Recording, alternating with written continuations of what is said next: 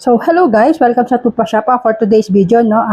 Pakita ko lang yung mga CO2 natin. So, meron akong recent video dun sa mga CO2 JR Mangyo natin, yung mga price. So, ngayon, nakasale po siya ngayon sa shop, no. So, less 2,000 po yung mga sinabi kong price nung unang video ko is i-discount po natin siya. Itong tatlo na to is less 2,000 po, no. So, ito si CO2 po na, CO2 na Rebo is 9,800 po siya, no? So, less 2,000 is 7,800 na lang po itong Rebo namin, no? So, nakasale po siya ngayon, no? Itong mga mangyo natin, from 9,800, itong si Rebo, 7,800 na lang po, no? So, kung sino yung gusto magpa-shipping, plus shipping po, no? So, wala po tayong COD po, no? Yung mga nagtatanong ng COD, wala po. Iiwasan po kasi natin yung cancel during shipping. Kasi minsan biglang may magka-cancel, na ipadala na po namin yung mga unit. So, yun po ang iniiwasan namin, kaya wala po kaming COD, no?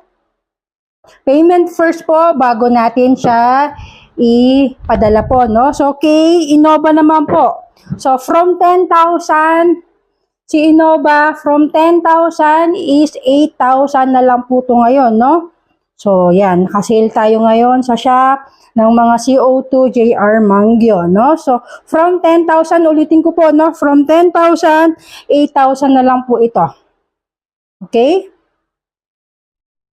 So, next, same price din naman to kay Patrol. So, dating 10,000 po, 8,000 na lang po to ngayon, no? So, discounted po lahat na, yung tatlong units namin na Mangyo, less 2,000 po sila, no? Plus shipping po, yan ha. Sagot nyo po yung shipping cost nito. Mura lang naman kung yung mga unit lang ang papadala natin, no? So, wala po tayong COD, so mga nagme-message po ng COD, wala po, pasensya na po tayo, kasi iniiwasan po namin yung cancellation po ng customer, no? So, yun po, medyo hassle po sa amin na ganun po, kaya ang aming rules is payment first po bago shipping, no? So, yun lang po, maraming salamat!